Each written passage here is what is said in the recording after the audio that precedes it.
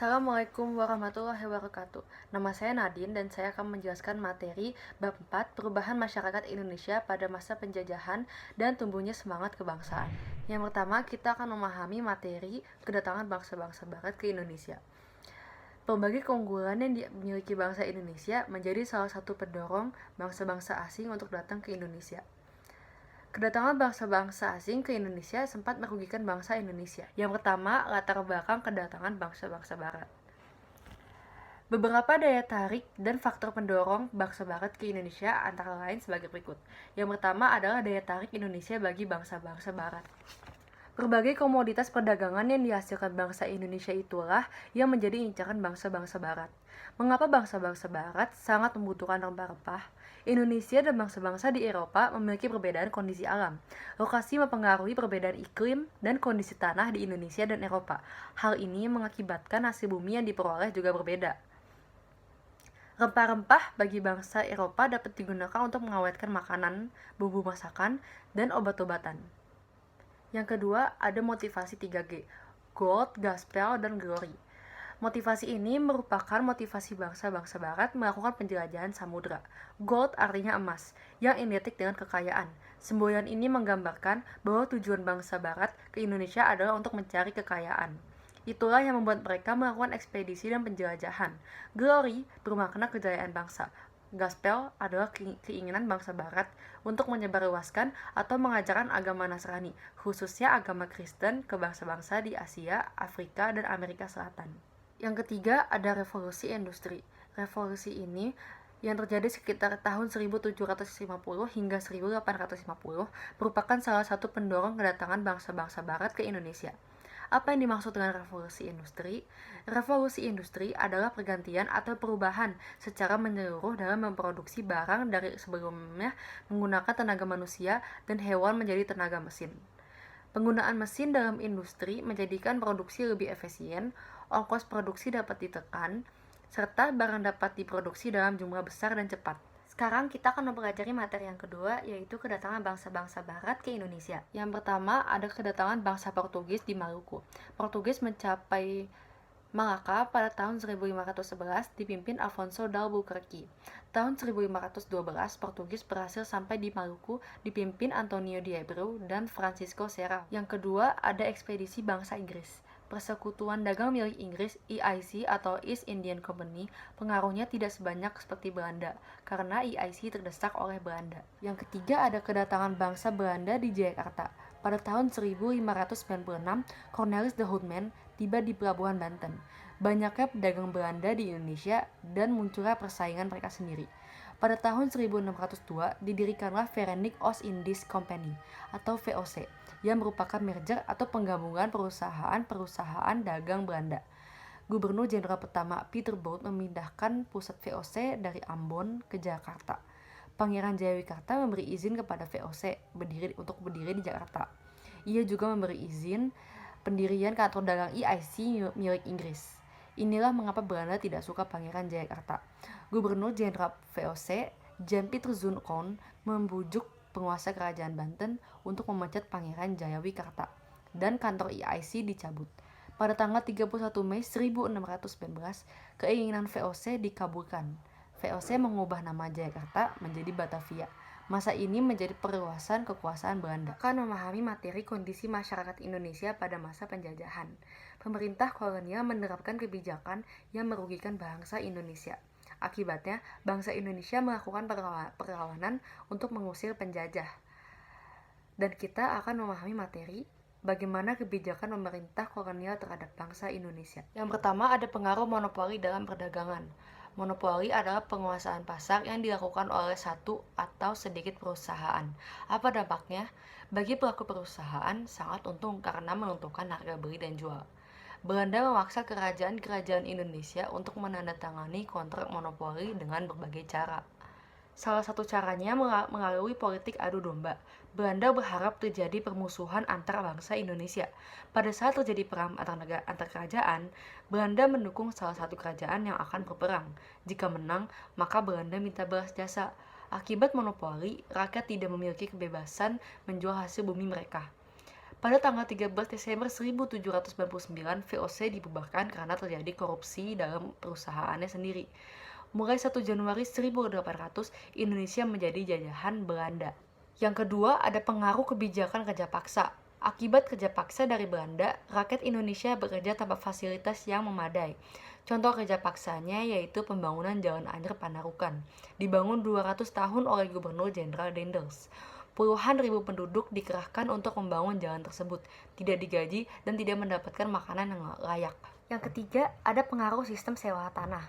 Saat Inggris menguasai Indonesia, Gubernur Jenderal Lord Minto membagi daerah jajahan Hindia Belanda menjadi 4 gubernmen, yaitu Malaka, Sumatera, Jawa, dan Maluku.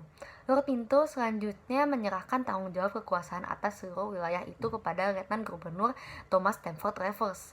Salah satu kebijakan terkenal pada masa Raffles adalah sistem sewa tanah atau land rent system atau Landelijkstelsel. Sistem tersebut memiliki ketentuan antara lain sebagai berikut. Yang pertama, petani harus menyewa tanah meskipun dia adalah pemilik tanah tersebut. Yang kedua, harga sewa tanah tergantung kepada kondisi tanah. Yang ketiga, pembayaran sewa tanah dilakukan dengan uang tunai. Dan yang keempat, bagi yang tidak memiliki tanah dikenakan pajak kepala. Sistem sewa tanah menggambarkan seakan-akan rakyat tidak memiliki tanah, padahal tanah tersebut adalah milik rakyat. Hasil sewa tanah juga tidak seluruhnya digunakan untuk kemakmuran rakyat. Hasil sewa tanah tersebut sebagian besar digunakan untuk kepentingan penjajah. Yang keempat, ada pengaruh sistem tanam paksa. Pada masa penjajahan abad ke-19, tanaman seperti tanaman teh, kopi, dan tanaman kakao merupakan tanaman terekspor utama Belanda dari Indonesia. Pada tahun 1830, Johannes van den Bosch menerapkan sistem tanam paksa. Akibatnya, angka kematian rakyat Indonesia tinggi akibat kelaparan dan penyakit kurang gizi. Pada tahun 1870, orang-orang Belanda yang menentang adanya tanam paksa tersebut, diantaranya Baron van Hove, Douwes Dekker, dan L. Vitalis. Perlawanan yang dilakukan oleh bangsa Indonesia sebagai berikut. A. Perlawanan terhadap persekutuan dagang. Yang pertama ada Sultan Babolah mengusir Portugis. Pada tahun 1529 terjadi Perang Tidore dan Portugis. Penyebabnya Portugis menghalangi perdagangan Banda dan Tidore. Pada tahun 1565, Sultan Hairun berhasil menyatukan rakyat dan mengobarkan perlawanan. Pada tahun 1570, di Benteng Sao Paulo, terjadi perundingan antara Sultan dan Portugis. Tanpa disangka, Portugis menangkapnya dan juga membunuhnya. Sultan Babolah, anak dari Sultan Hairun, melanjutkan perjuangan ayahnya. Pada tahun 1575, Portugis berhasil diusir dari Ternate. Yang kedua, perlawanan Aceh. Pada masa pemerintahan Sultan Iskandar Muda, armada Aceh telah disiapkan untuk menyerang kedudukan Portugis di Malaka. Saat itu, Aceh telah memiliki armada laut yang mampu mengangkut 800 prajurit. Pada tahun 1629, Aceh mencoba menaklukkan Portugis, tetapi penyerangan yang dilakukan Aceh ini belum berhasil mendapat kemenangan. Yang ketiga, ada ketangguhan ayam jantan dari timur. Sultan Hasanuddin adalah Raja Gowa di Sulawesi Selatan. Suatu ketika, kerajaan Gowa dan Bone berselisih paham. Hal ini dimanfaatkan VOC dengan mengadu domba kedua kerajaan tersebut. VOC memberikan dukungan, sehingga Bone menang saat perang dengan Gowa tahun 1666. Sultan Hasanuddin dipaksa menandatangani perjanjian Bungaya pada 18 November 1667. Isi dari perjanjian Bungaya sebagai berikut. Yang pertama, Belanda memperoleh monopoli dagang rempah-rempah di Makassar. Yang kedua, Belanda mendirikan benteng pertahanan di Makassar. Ketiga, Makassar harus melepaskan daerah kekuasaannya berupa daerah di luar Makassar. Dan yang keempat, Arupalaka diakui sebagai Raja Bone. Yang keempat, ada serangan Mataram terhadap VOC. Perselisihan antara Mataram dan Belanda terjadi karena nafsu memonopoli Belanda. Pada tanggal 8 November 1618, Gubernur Jenderal VOC Jan Pieter Zoon memerintahkan Van der Mark menyerang Jepara. Raja Mataram Sultan Agung segera mempersiapkan penyerangan terhadap kedudukan VOC di Batavia. Serangan pertama dilakukan pada tahun 1628. Pasukan Mataram dipimpin Tumenggung Barekso yang tiba di Batavia tanggal 22 Agustus 1628. Selanjutnya menyusul pasukan Tumenggung Sura Agul-Agul dan kedua bersaudara yaitu Kiai Dipati Mandurejo dan Upasanta. Serangan pertama yang dilakukan oleh Mataram gagal, sehingga terpaksa pasukan ditarik kembali ke Mataram tanggal 3 Desember 1628. Pada serangan tersebut, tidak kurang 1.000 prajurit Mataram gugur dalam medan pertempuran. Mataram segera mempersiapkan serangan kedua dengan pimpinan Kiai Adipati, Juminah, K.A. Puger, dan K.A. Purbaya. Setelah semua persiapan selesai, pengepungan secara total terhadap Batavia pun dilakukan. Serangan dimulai pada tanggal 1 Agustus dan berakhir 1 Oktober 1629. Serangan kedua ini pun juga gagal, karena faktor kelemahan yang sama, seperti kurangnya perbekalan, juga disebabkan Mataram yang kurang matang dalam memperhitungkan medan pertempuran, dan faktor lainnya persenjataan Belanda jauh lebih modern dibandingkan tentara Mataram. B. Perlawanan terhadap pemerintah Hindia Belanda. Pada abad ke-19, merupakan puncak perlawanan rakyat Indonesia di berbagai daerah menentang pemerintah Hindia Belanda. Dan berikut proses perlawanan rakyat Indonesia pada abad ke-19. Yang pertama ada Perang Saparua di Ambon. Belanda kembali berkuasa di Indonesia tahun 1817. Rakyat Ambon mengadakan perlawanan yang dipimpin Thomas Matulesi atau Patimura. Ia berhasil merebut benteng Belanda dan membunuh Residen Vandenberg. Di sana, di perlawanan tersebut juga ada pahlawan wanita bernama Christina Martha Tiahahu, teman dari Patimura. Perlawanan Patimura dikalahkan setelah bantuan Belanda datang dari Batavia. Patimura bersama 3 pengikutnya pun dihukum gantung. Kedua, ada Perang Paderi di Sumatera Barat pada tahun 1821 sampai 1838. Ide pembaharuan kaum Padri berbenturan dengan kelompok adat atau kaum penghulu. Belanda memanfaatkan perselisihan tersebut dengan mendukung kaum adat yang posisinya sudah terjepit. Kaum Padri dipimpin Tuanku Imam Bonjol, Tuanku Nan Cerdik, Tuanku Tambusa, dan Tuanku Nan Arahan. Sementara itu, Belanda menghadapi perlawanan Pangeran Diponegoro. Belanda sadar apabila pertempuran dilanjutkan, Belanda akan kalah. Belanda pun mengajak kaum Padri berdamai pada tanggal 15 November 1825 di Bonjol. Belanda kembali melakukan penyerangan terhadap kedudukan Padri setelah memadamkan perlawanan di Diponegoro. Kaum adat yang semula bermusuhan dengan kaum Padri akhirnya mendukung perjuangan Padri. Bantuan dari Aceh juga datang untuk mendukung pejuang Padri. Belanda menerapkan sistem pertahanan benteng Stelsel, benteng Fort de Kock di Bukit Tinggi, dan benteng Fort van de Kaperen merupakan 2 benteng pertahanannya. Dengan siasat tersebut, Belanda akhirnya menang, yang ditandai dengan jatuhnya benteng pertahanan terakhir Padri di Bonjol tahun 1837. Tuanku Imam Bonjol ditangkap, kemudian diasingkan ke Periangan, kemudian ke Ambon, dan terakhir di Manado, hingga wafat tahun 1864. Ketiga adalah Perang Diponegoro. Perlawanan Pangeran Diponegoro tidak lepas dari kegelisahan dan penderitaan rakyat akibat penindasan yang dilakukan pemerintah Hindia Belanda. Pajak-pajak yang diterapkan pemerintah Hindia Belanda dan kebijakan ekonomi lainnya menjadi sumber penderitaan rakyat yang juga melatar belakangi Perang Diponegoro. Salah satu bukti campur tangan politik Belanda adalah dalam urusan politik kerajaan Yogyakarta terjadi ketika pada tahun 1822 Hamengkubuwono IV wafat. Berbagai kegelisahan dan penderitaan yang lama berlangsung dipicu oleh berbagai peristiwa yang membuat rakyat marah. Pada tanggal 20 Juli 1825, Tegalrejo yang menjadi basis pengikut Diponegoro direbut dan dibakar Belanda. Diponegoro meninggalkan kota dan menyusun strategi perlawanan di luar kota Yogyakarta. Perang Jawa dikumandangkan pada tahun 1825 sampai 1830 untuk mengusir Belanda. Belanda berusaha membujuk para pejuang dengan memulangkan Hamengkubuwono II dan pengasingannya di Ambon. Langkah ini gagal memadamkan perlawanan. Belanda berhasil menangkap Kiai Maja dan Pangeran Mangkubumi. Belanda kemudian juga berhasil meyakinkan Panglima Sentot Prawiyodirjo. Pada bulan Maret 1830, Diponegoro bersedia mengadakan perundingan dengan Belanda di Magelang, Jawa Tengah.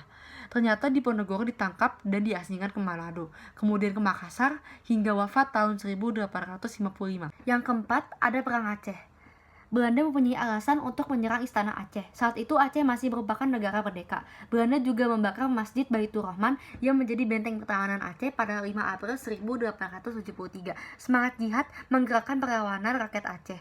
Jenderal Kohler terbunuh saat pertempuran di depan Masjid Baitur Rahman, Banda Aceh. Kohler meninggal dekat dengan pohon yang sekarang diberi nama pohon Kohler. Belanda semakin terdesak, korban semakin besar dan keuangan terus berkuras. Belanda mengutus Dr. Snoek Hagerup yang memakai nama samaran Abdul Ghaffar sebagai seorang ahli bahasa, sejarah, dan sosial Islam. Ia dimintai masukan atau rekomendasi tentang cara-cara mengalahkan rakyat Aceh. Menurut Hagerup, Aceh tidak mungkin dilawan dengan kekerasan, sebab karakter orang Aceh tidak akan pernah menyerah. Jiwa jihad orang Aceh yang sangat tinggi. Taktik yang paling mujarab adalah dengan mengadu domba antara golongan uli balang dan kaum ulama. Taktik ini berhasil. Banyak uli balang yang tertarik pada tawaran Belanda. Sejak tahun 1898, kedudukan Aceh semakin terdesak. Banyaknya tokoh yang gugur. Teuku Umar gugur dalam pertempuran di Miraboh pada tahun 1899.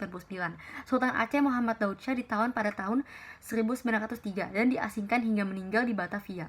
Panglima Polres Muhammad Daud juga menyerah pada tahun 1903. Cut Nyakdin, tokoh pemimpin perempuan ditangkap tahun 1906. Kemudian diasingkan ke Sumedang. Pahlawan perempuan Cut Mita gugur pada tahun 1910. Belanda mengumumkan berakhirnya Perang Aceh pada tahun 1904. Yang kelima ada perlawanan Sisi Mangaraja di Sumatera Utara. Perlawanan terhadap Belanda di Sumatera Utara dilakukan oleh Sisi Mangaraja. Berlangsung selama 29 tahun dan diawali dari Bahar Batu yang menjadi pusat pertahanan Belanda pada tahun 1817. Belanda menarik pasukan dari Aceh. Pasukan Sisi Mangaraja dapat dikalahkan setelah Kapten Christopher berhasil mengepung benteng terakhir Sisi Mangaraja di Pakpak. Kedua putra Riau Patuan Nagare dan Patuan Anggi ikut gugur, sehingga seluruh Tapanuli dapat dikuasai Belanda. 6. Ada Perang Banjar. Pangeran Antasari memimpin perlawanan setelah Prabu Anam ditangkap Belanda pada tahun 1859. Pada tahun 1862, Pangeran Hidayat menyerah dan berakhirlah perlawanan Banjar di Pulau Kalimantan. Perlawanan benar-benar dapat dipadamkan pada tahun 1905. Yang ketujuh ada Perang Jaga Raja di Bali. Berawal ketika Belanda dan kerajaan di Bali bersengketa tentang hak tawan karang. Pemerintah Belanda memprotes Raja Buleleng yang menyita 2 kapal milik Belanda. Persengketaan ini menyebabkan Belanda melakukan serangan terhadap kerajaan Buleleng pada tahun 1846. Belanda berhasil menguasai kerajaan Buleleng, sementara Raja Buleleng menyingkir ke Jaga Raja dibantu oleh kerajaan Karangasem. Belanda melanjutkan ekspedisi militer tahun 1849. Dua kerajaan Bali yaitu Gianyar dan Kelungkung menjadi sasaran Belanda pada tahun 1906. Seluruh kerajaan di Bali pun jatuh ke pihak Belanda setelah rakyat melakukan perang habis-habisan sampai mati yang dikenal dengan Perang Puputan Jagaraga. Sekarang kita akan mempelajari materi berikutnya, yaitu tumbuh dan berkembangnya semangat kebangsaan. Yang pertama, kita akan mempelajari latar belakang munculnya nasionalisme Indonesia.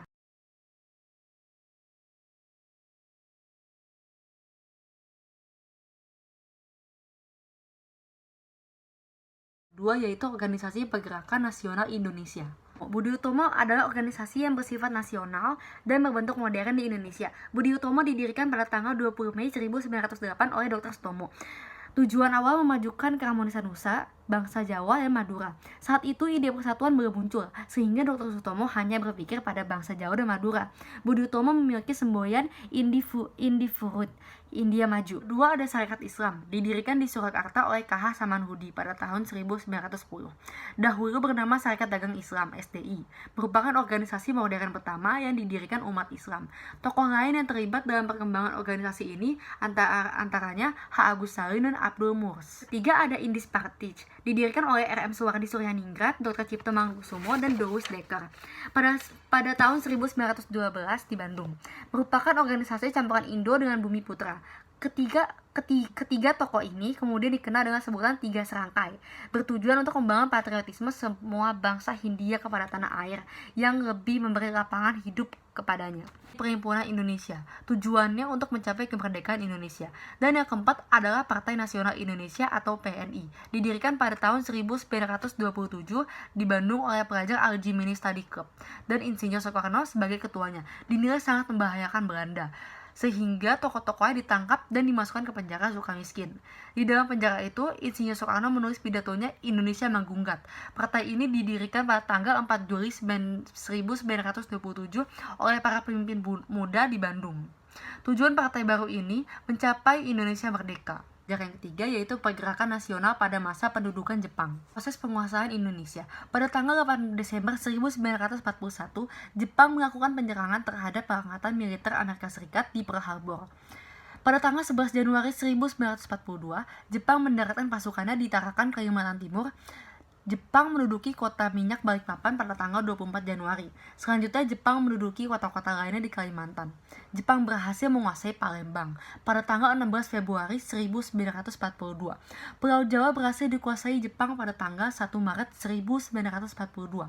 Setelah melakukan berbagai pertempuran, Belanda akhirnya menyerah tanpa syarat kepada Jepang pada tanggal 8 Maret 1942 di Kalijati, Subang, Jawa Barat. Kebijakan pemerintahan militer Jepang. Jepang menggunakan sistem sistem pemerintahan berdikari. Berdikari berarti berdiri sendiri. Maksudnya, pemerintah pusat tidak banyak berperan dalam upaya pemenuhan kebutuhan pasukan di daerah kependudukannya. Dengan demikian, pemerintahan militer Jepang di Indonesia lebih leluasa untuk menerapkan sistem penjajahan. Jepang melakukan propaganda dengan semboyan 3A. Jepang pemimpin Asia, Jepang pelindung Asia, dan Jepang cahaya Asia. Jepang menjanjikan kemudahan bagi bangsa Indonesia dalam melakukan ibadah, mengibarkan bendera merah putih yang berdampingan dengan bendera Jepang, menggunakan bahasa Indonesia, dan menyanyikan lagu kebangsaan Indonesia Raya bersama lagu kebangsaan Kimigayo. Program yang paling mendesak bagi Jepang adalah mengerahkan seluruh sumber daya yang ada di Indonesia untuk tujuan perang. Beberapa kebijakan tersebut antara lain sebagai berikut: membentuk organisasi-organisasi sosial. Organisasi-organisasi sosial yang dibentuk oleh Jepang diantaranya Gerakan 3A, Pusat Tenaga Rakyat, Jawa Hokokai, dan Masyumi. Pembentukan organisasi semi-militer. Jepang menyadari pentingnya mengerahkan rakyat Indonesia untuk membantu perang menghadapi sekutu. Oleh karena itu, Jepang membentuk berbagai organisasi semi-militer seperti Seinendan, Fujinkai, Keibodan, Heiho, dan Pembela Tanah Air atau PETA. Kebijakan yang ketiga adalah pengerahan Romusa. Pada masa panen, rakyat wajib melakukan setor padi sedemikian rupa sehingga mereka hanya membawa pulang padi sekitar 20% dari panen yang dilakukannya. Kondisi ini mengakibatkan musibah kelaparan dan penyakit busung lapar di Indonesia. Pada tanggal 20 Maret 1942, dikeluarkan maklumat pemerintah yang isinya berupa larangan pembicaraan tentang pengibaran bendera merah putih dan menyanyikan lagu Indonesia Raya. C. Sikap kaum pergerakan. Beberapa bentuk perjuangan pada zaman Jepang adalah sebagai berikut. Yang pertama ada memanfaatkan organisasi bentukan Jepang. Yang kedua, gerakan bawah tanah. Dan yang ketiga, perlawanan bersenjata. Materi selanjutnya yaitu perubahan masyarakat Indonesia pada masa penjajahan. A. Perluasan pada masa kolonial baru. Yang pertama, perluasan penggunaan lahan. Yang kedua adalah persebaran penduduk dan urbanisasi. Yang ketiga adalah pengenalan tanaman baru. Dan yang keempat, penemuan tambang-tambang. Kelima adalah transportasi dan komunikasi. Keenam, ada perkembangan kegiatan ekonomi. 7, mengenal uang. 8 adalah perubahan dalam pendidikan. Yang ke-9 ada perubahan dalam aspek politik. Dan yang ke-10 adalah perubahan dalam aspek budaya. B. Perubahan masyarakat pada masa penjajahan Jepang. Yang pertama adalah perubahan dalam aspek geografi. Yang kedua adalah perubahan dalam aspek ekonomi, dan yang ketiga adalah perubahan dalam aspek pendidikan, dan yang keempat adalah perubahan dalam aspek politik. Dan yang kelima adalah perubahan dalam aspek budaya. Sekian dari saya, terima kasih.